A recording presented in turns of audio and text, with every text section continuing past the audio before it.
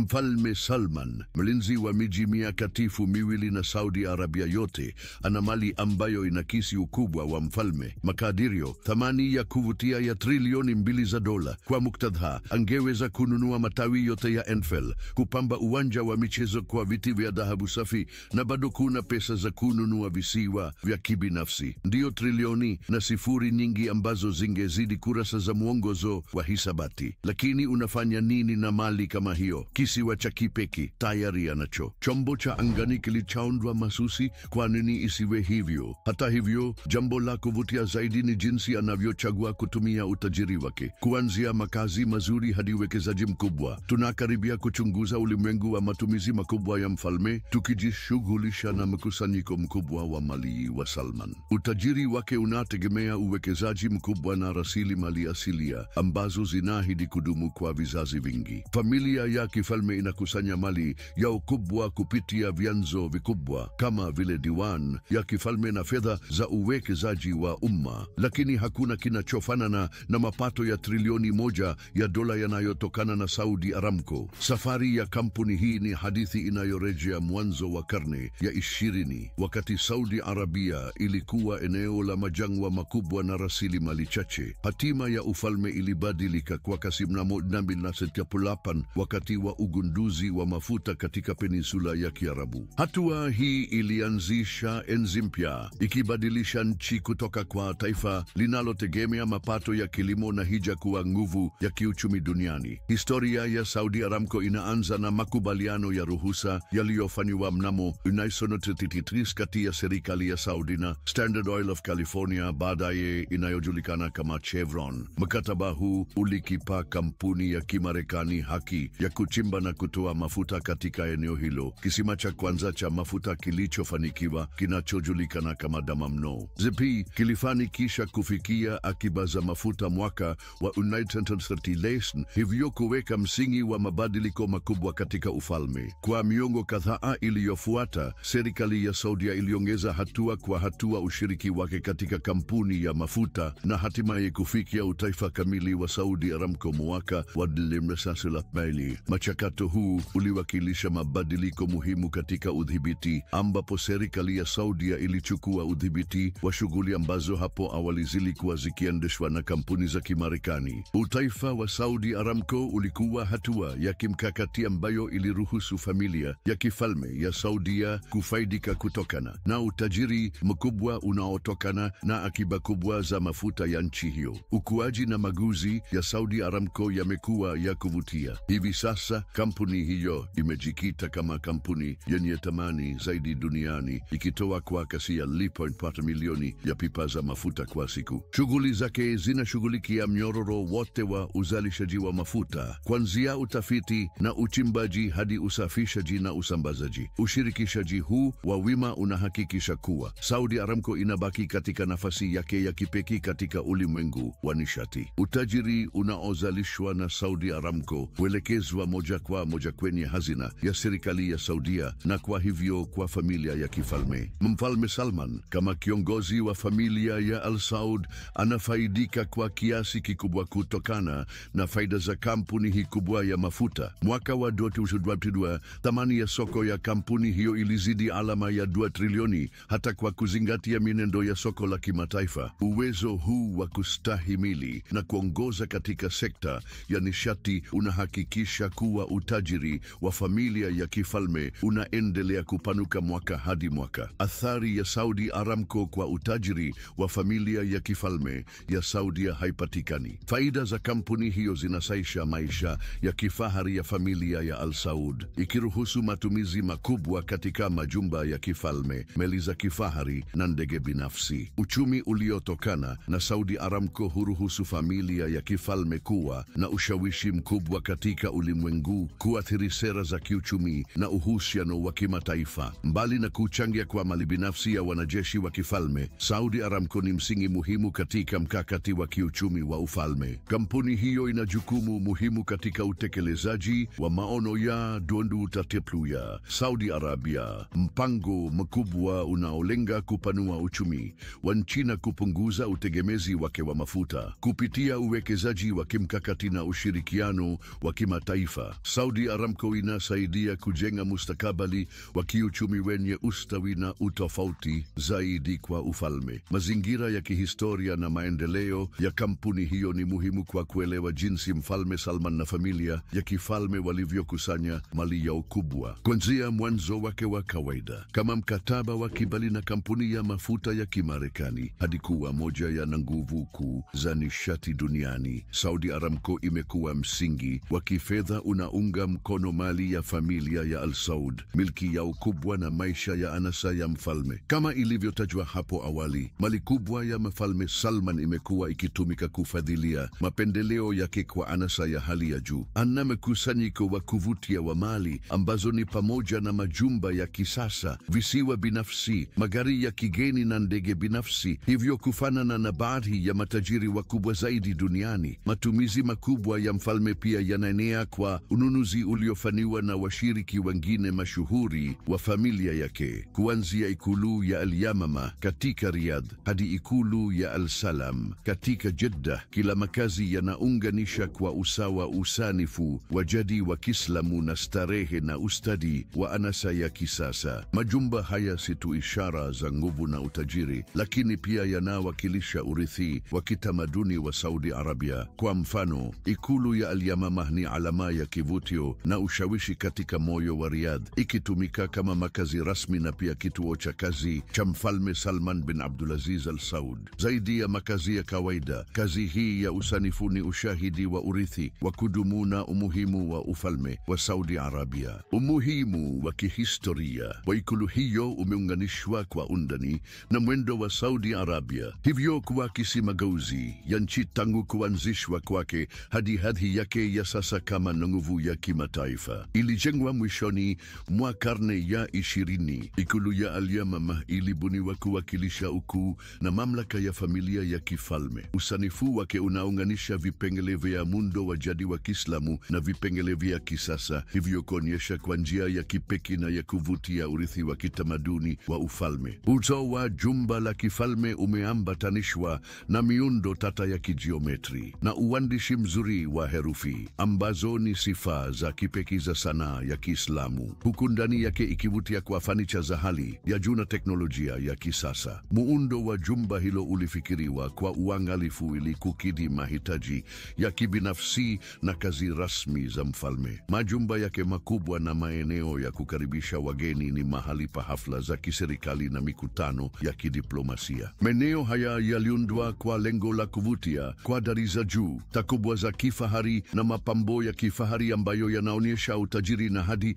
ya ufalme wa Saudia. Matumizi ya marumaru, dhahabu na vito vya thamani kote jumbani yanaimarisha zaidi ukuu wake. Mojawapo ya vipengele vya kuvutia zaidi vya jumba la Al-Yamama ni bustani zake. Maeneo haya ya kijani yaliyotunzwa kwa uangalifu yanatoa tofauti ya kupendeza na mwendo wa jiji la Riyadh. Bustani hizo sio tu mfano wa fahari ya jumba, bali pia zinasisitiza uhusiano wa kitamaduni wa Kiarabu na asili na utulivu. Zinatumika kama maeneo ya faraja ya mfalme na wageni wake, yakitoa makazi ya amani mbele ya matakwa ya maisha ya kifalme. Usanifu wa jumba la Al-Yamama pia unajumuisha vipengele vinavyotukaza urithi wa kitamaduni wa Saudia. Matumizi ya mitindo ya jadi ya Kinajdi yenye miundo ya matofali ya udongo na maelezo ya kuchongwa yanathamini asili ya kihistoria ya ufalme. Machanganyiko hukati ya kale na kisasa unaonyesha azimio la Mfalme Salman la kuhifadhi utambulisho wa kitamaduni wa nchi huku akikumbatia maendeleo ya kisasa. Ndani ya jumba, uangalifu wa maelezo unaonekana katika kila kipengele. Kuta zimejazwa na kazi za sanaa na vitu vya kihistoria vinavyosherehekea historia na mafanikio ya serikali ya Saudia. Vitu hivi hufanya kama ushahidi wa siku za nyuma za ufalme na matarajio yake kwa siku za usoni. Maktaba ya jumba la mfalme iliyojaa maandishi na vitabu nadra ni hazina halisi ya hekima, ikionyesha shauku kubwa ya Mfalme Salman kwa elimu na maarifa. Jumba la Al-Yamama linazidi kazi ya makazi tu, linawakilisha hadhi ya Mfalme Salman kama kiongozi na mlinzi wa urithi wa kitamaduni wa Saudi Arabia. Linawakilisha alama ya urithi wa kudumu wa ufalme na ushawishi wake katika kujenga utambulishi wa kitaifa.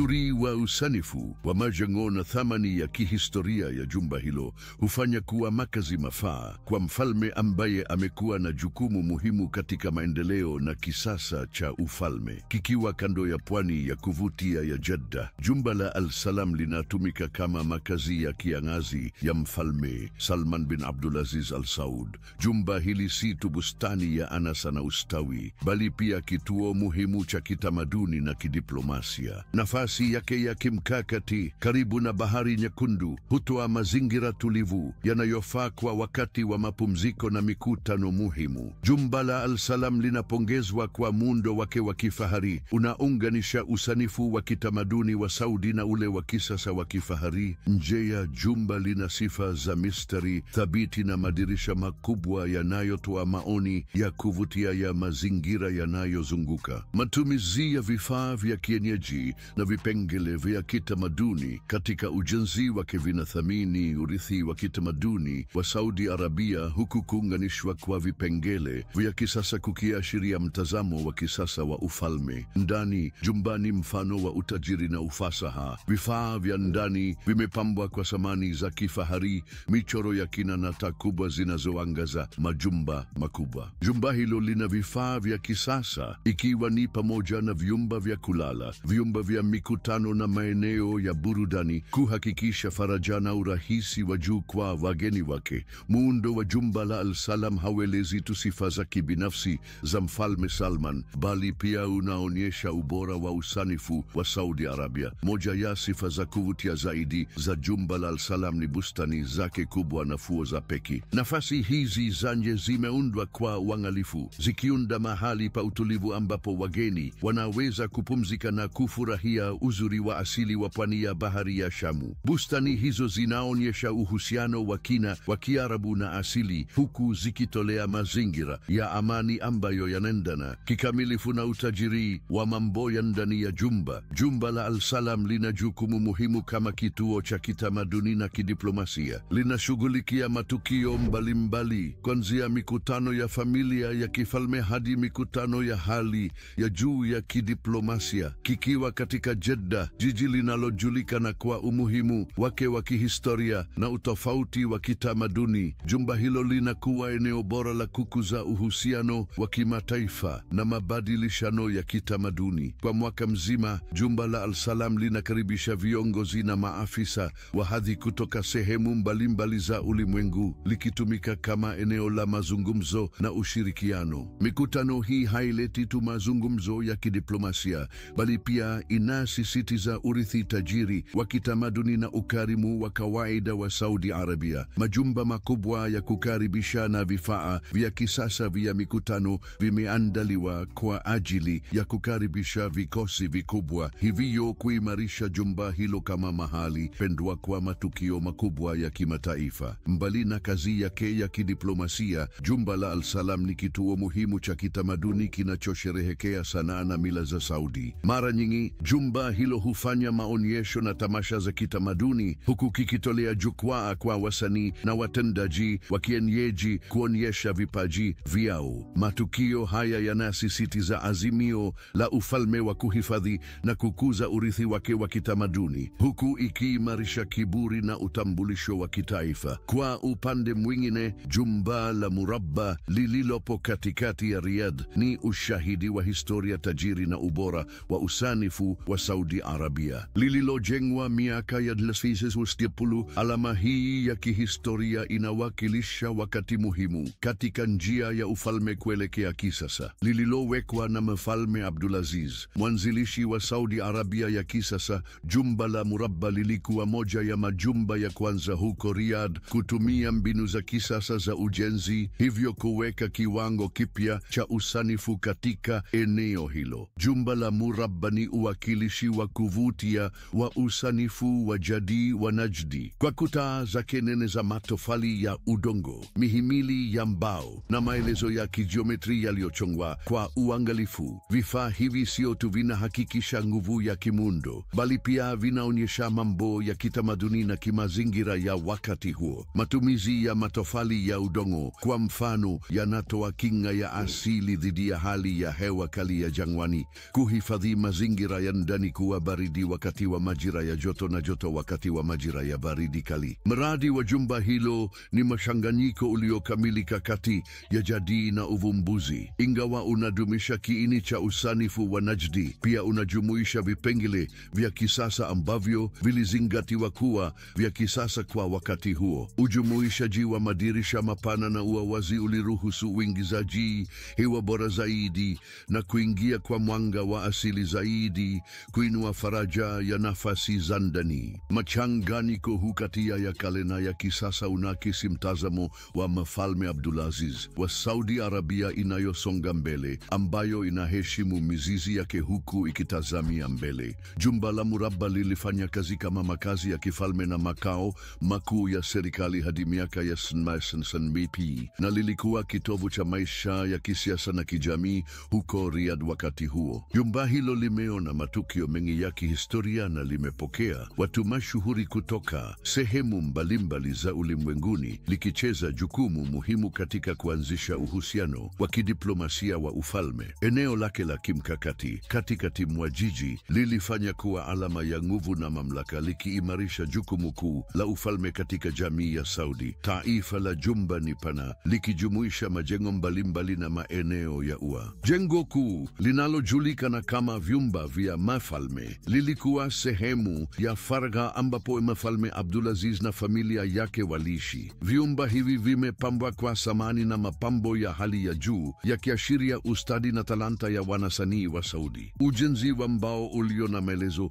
nguo zenye rangi kali na kazi za mapambo ya chuma zinaonyesha utajiri na ukuu wa mtindo wa maisha ya kifalme. Karibu na vyumba vya mfalme kuna malazi yaliyotengwa kwa ajili ya wageni, yaliundwa kwa ajili ya kuwakaribisha viongozi na maafisa wageni. Maeneo haya pia ni ya kifahari, yenye vifaa vya hali ya juu na mambo ya ndani ya kisasa. Ikulu pia ina ofisi za kiutawala ambapo mambo ya kawaida ya ufalme yalihudumiwa. Katika kitongoji cha kidiplomasia cha Riyadh, ikulu ya Erger inajitokeza kwa urembo wake wa kisasa na ustawi wa kifalme. Iliyojengwa miaka ya 1900, ikulu hii inaashiria ustaarabu wa kisasa wa Saudi Arabia, ikionyesha maendeleo ya kasi ya ufalme na matakwa yake katika ulimwengu. Ikulu ya Erger sio tu makazi, inaashiria maendeleo ya ufalme na juhudi zake za kuhifadhi utambulisho wake wa kitamaduni huku ikikubali ustaarabu wa kisasa. Usanifu wa ikulu ya Erger ni mchanganyiko wa vipengele vya Kiislamu na sifa za kisasa za usanifu. Mchanganyiko huu unaleta umaarufu wa kipekee ambao ni wa wakati wote na wa kimakusudi. Nye ya ikulu ina sifa za mistari safi na kutapana, ikionyesha mienendo ya usanifu wa kisasa. Hata hivyo, inashikilia asili yake kwa kutumia viashiria na vielelezo vya Kiislamu ambavyo vimechanganywa kwa ustadi na usanifu. Moja ya sifa za kuvutia za ikulu ya Erger ni vyumba vyake vikubwa vya kukaribishia. Maeneo haya makubwa yameundwa kwa ajili ya kukaribisha hafla za kiserikali, sherehe na mikutano ya kimataifa. Vyumba hivi vimepambwa kwa vifaa vya kifahari, sakafu za marumaru na sanamu za kifahari, na kujenga mazingira ya anasa na fahari. Vifaa hivi sio tu vinavyoonyesha urembo wa ikulu, bali pia vinashuhudia urithi wa kifahari wa ufalme. Jumba la Erger lina vifaa vya teknolojia ya hali ya juu, kuonyesha ahadi ya ufalme kwa uvumbuzi na maendeleo. Mifumo ya usalama ya kisasa inahakikisha ulinzi na faragha ya familia ya kifalme na wageni wao, huku teknolojia ya kisasa ikiongeza utendaji na starehe ya jumba hilo. Kuanzia udhibiti wa hali ya hewa kwa usahihi hadi mitandao ya mawasiliano ya kasi sana, kila kipengele cha jumba hilo kimefikiriwa kukidhi mahitaji ya maisha ya kisasa. Mtindo wa maisha ya kifahari ya Mfalme Salman ni tamasha la utajiri na fahari, akionyesha mali kubwa na ushawishi wa familia ya kifalme ya Saudi. Makazi ya kifalme yaliyopambwa kwa dhahabu na marumaru ya Italia, pamoja na hatua za usalama zisizo na kifani, zinaonyesha hadhi yake ya kifalme. Mkusanyiko wake wa magari ya kizamani, ikiwa ni pamoja na Batmobile maarufu, jumba lake lililo juu ya maji, na meli yake ya dola milioni 300, yanaonyesha vipawa vyake vya kifahari na vya kupindukia. Zaidi ya mipaka ya Saudi Arabia, makimbilio yake ya kiangazi nchini Morocco yanatoa kutoa burudani ya utulivu, akionyesha upendeleo wake kwa fahari na ustawi. Kila kipengele cha maisha ya Mfalme Salman, kuanzia makazi yake hadi magari yake, inachora picha ya mfalme anayeishi katika ulimwengu wa utukufu na fahari. Ndani ya hatua za usalama za kipekee za Mfalme Salman, ni kawaida kwamba mfalme mwenye fahari kama hiyo atumie taratibu za ulinzi zenye uangalifu. Maelezo ya usalama ya Mfalme Salman yanafanana na mifumo ya ulinzi ya hali ya juu zaidi duniani. Hata hivyo, akiwa anajulikana kwa kutovumilia wasi, mfalme hudumisha gereza la kibinafsi kwa wakosaji, wengi wao wakiwa ni wa familia yake mwenyewe ya kifalme. Historia ya gereza la kibinafsi la Mfalme Salman inarudi nyuma kwa Saudi Arabia iliyokuwa ikibadilika kwa kasi. Mwaka wa 2015, Mfalme Salman alipanda kwenye kiti cha enzi, akianzisha enzi mpya kwa ufalme. Utawala wake uliwekwa alama na mageuzi mapana na maono ya kushangaza kwa mustakabali yaliyochochewa na mwanawe, Mwanamfalme Mohammed bin Salman. Hata hivyo, nyuma ya mabadiliko haya yanayoonekana makubwa, kulikuwa na mtandao tata wa migogoro ya madaraka na michezo ya kisiasa. Uwekaji wa gereza la kibinafsi ndani ya jumba la kifalme la Mfalme Salman unahusiana moja kwa moja na matukio ya Novemba 2011. Wakati huu wa kihistoria uliwekwa alama na mwanzo wa kampeni ya kipekee ya kupambana na ufisadi, ambayo kwa nadharia ililenga kuondoa mazoea ya ufisadi katika ngazi za juu za jamii ya Saudia. Initiati hii iliongozwa na kamati mpya ya kupambana na ufisadi, iliongozwa na mwana wa mfalme Mohammed bin Salman mwenyewe. Kamati hii ilipewa mamlaka pana ya kuchunguza, kukamata na kuwahifadhi wale walioshikiliwa kwa tuhuma za kuhusika na ufisadi. Hoteli ya kifahari ya Ritz-Carlton huko Riyadh, inayojulikana kwa fahari na ustadi wake, ilichaguliwa kuwa eneo kuu la operesheni hii ya kipekee. Kituo hicho kilifungwa kwa muda kwa umma na kuguzwa kuwa kituo cha kuwafungia watu, na kwa kweli kikawa gereza la kibinafsi lililolengwa kwa watu wa kipekee wa ufalme. Uchaguzi huo ulikuwa wa kimkakati na wa kishujaa, ukipeleka ujumbe wazi: hakuna mtu, hata wanachama wenye nguvu zaidi wa familia ya kifalme, aliyekuwa salama kutokana na utekelezaji wa sheria. Usiku wa tarehe 4 Novemba 2017, mfululizo wa kukamatwa kulipuka nchini. Watu mashuhuri, ikiwa ni pamoja na wakuu, viongozi wa serikali na matajiri maarufu, walikamatwa na kupelekwa Ritz-Carlton. Miongoni mwao alikuwa mwana wa mfalme, Al-Walid bin Talal, mmoja wa watu tajiri zaidi duniani, anayejulikana kwa uwekezaji wake mkubwa na mchango wake wa kijamii. Waliofungwa walihifadhiwa peke yao na mawasiliano yao na nje yalizuiliwa, huku serikali ya Saudia ikiwa na udhibiti kamili wa mtiririko wa habari na matangazo ya vyombo vya habari. Hali ndani ya gereza hilo la kibinafsi hazikuwa na kifani. Ingawa walikuwa wamefungwa katika mazingira ya fahari ya Ritz-Carlton, waliofungwa walikabiliwa na mahojiano makali na kusukumwa kutoa mali zao ili kupata uhuru. Kuna ripoti kwamba baadhi yao walilazimishwa kuhamisha sehemu kubwa ya mali zao na hisa zao za biashara kwa serikali. Hatua hii, ingawa ilitambuliwa kama hatua ya kupambana na ufisadi, ilifasiriwa na wengi kama mkakati wa kisiasa wa kuhakikisha nguvu na kuzuia wapinzani wanaowezekana. Matumizi ya gereza la kibinafsi ndani ya jumba rasmi la Mfalme Salman yanaonyesha kiwango ambacho viongozi wa Saudia walikuwa tayari kufikia ili kudumisha utawala wao. Kampeni ya kupambana na ufisadi, licha ya kuwasilishwa hadharani kama mwanzo muhimu wa kuondoa mazuia haramu, ilikabiliwa na ukosoaji kutoka kwa baadhi ya watu ambao waliona kama zana ya kuimarisha mamlaka ya mwana mkubwa wa mfalme. Operesheni hiyo ilifanywa chini ya siri, bila uwazi wa kutosha na uwajibikaji, jambo ambalo lilisababisha mashaka kuhusu nia halisi nyuma ya mwanzo huo. Kadri miezi ilivyopita, wafungwa waliachiliwa hatua kwa hatua,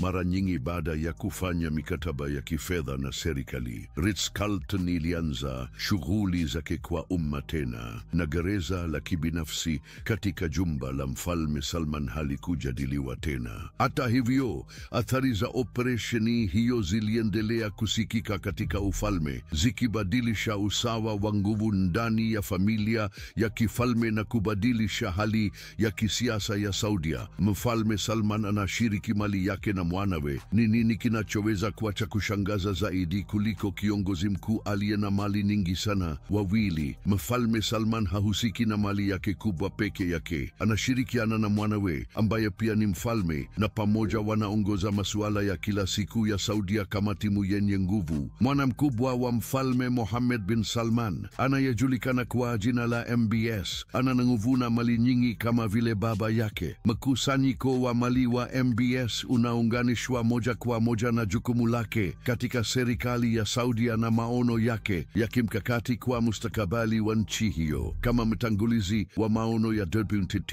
mpango unaolenga kubadilisha uchumi wa Saudia na kupunguza utegemezi wake kwa mafuta, MBS amejitambulisha kama kiongozi mwenye maono, akiwa na mtazamo wa kina kwa fursa za uwekezaji. Juhudi zake za kisasa za kufanya ufalme kuwa wa kisasa na kuvutia uwekezaji wa kigeni zimeongeza mali yake na nguvu ya kiuchumi ya familia ya kifalme. Mali ya mfalme mstaafu haitokani tu na mikakati yake ya maono, bali pia na ufikiaji wake wa rasilimali kubwa za serikali ya Saudia. Kama mwanachama wa familia ya kifalme, MBS yanafaidika na mapato yanayotokana na mafuta na fursa za kibiashara zenye faida ambazo sekta hiyo hutoa. Uwekezaji wake wenye anuwai unajumuisha maeneo kama vile mali isiyohamishika, teknolojia na burudani, ikionyesha maslahi yake na matarajio yake mengi. Nguvu ya kiuchumi ya familia ya kifalme ya Saudia hupita mipaka ya ufalme, kwani wana uwekezaji mkubwa katika soko la kimataifa. Usimamizi wa mali hii hufanywa kupitia hazina za taifa kama vile hazina ya uwekezaji wa umma PF, ambayo ina hisa katika makampuni makubwa duniani kama vile Uber, SoftBank na Disney. Uwekezaji huu haujaleta tu faida kubwa,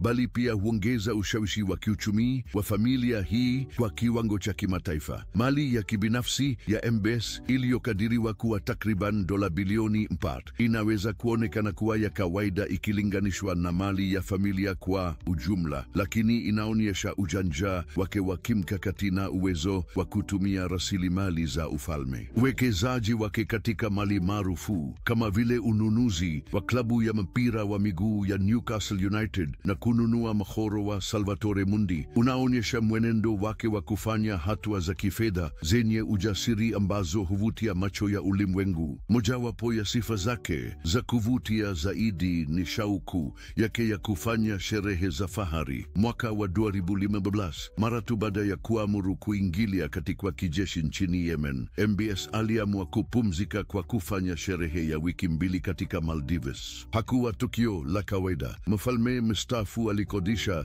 kisiwa kizima chenye vilabu kadis vya kifahari ili kuwakaribisha wageni wake. Miongoni mwa waliokuwepo walikuwa watu mashuhuri wa kimataifa kama vile Pitbull, Shakira, Rihanna na Jennifer Lopez. Gharama ya tukio hili la kipekee ilifikia kiwango cha kushangaza cha dola milioni 8, ikionyesha uamuzi wa MBS wa kutojali juhudi za kuhakikisha vipindi vya burudani na starehe. Upendo wake kwa anasa unaendelea zaidi ya sherehe. Unaonekana pia katika mkusanyiko wake wa mali za hali ya juu. Garaji yako ni tamasha la kweli, likiwa na mkusanyiko wa magari ya dhahabu ambayo yangewasha wivu wa mpenzi wa magari yeyote. Miongoni mwa vilivyoangazwa ni Lamborghini Aventador VJ ya dhahabu yenye thamani ya dola milioni 7.5, Rolls-Royce Phantom Coupe ya dhahabu yenye thamani ya dola milioni 8 na Bugatti Veyron Grand Sport ya dhahabu yenye bei ya dola milioni 12.5. Magari haya yenye nje yake inayong'aa na ya kifahari ni onyesho wazi la hamu ya MBS ya kuwasilisha picha ya anasa na ukubwa. Katika sekta ya mali isiyohamishika, matumizi makubwa ya MBS pia yanajitokeza. Mojawapo ya ununuzi wake wa kuvutia zaidi ni Chateau Louis Quatorze, mali ambayo inaheshimu mfalme jua wa Ufaransa,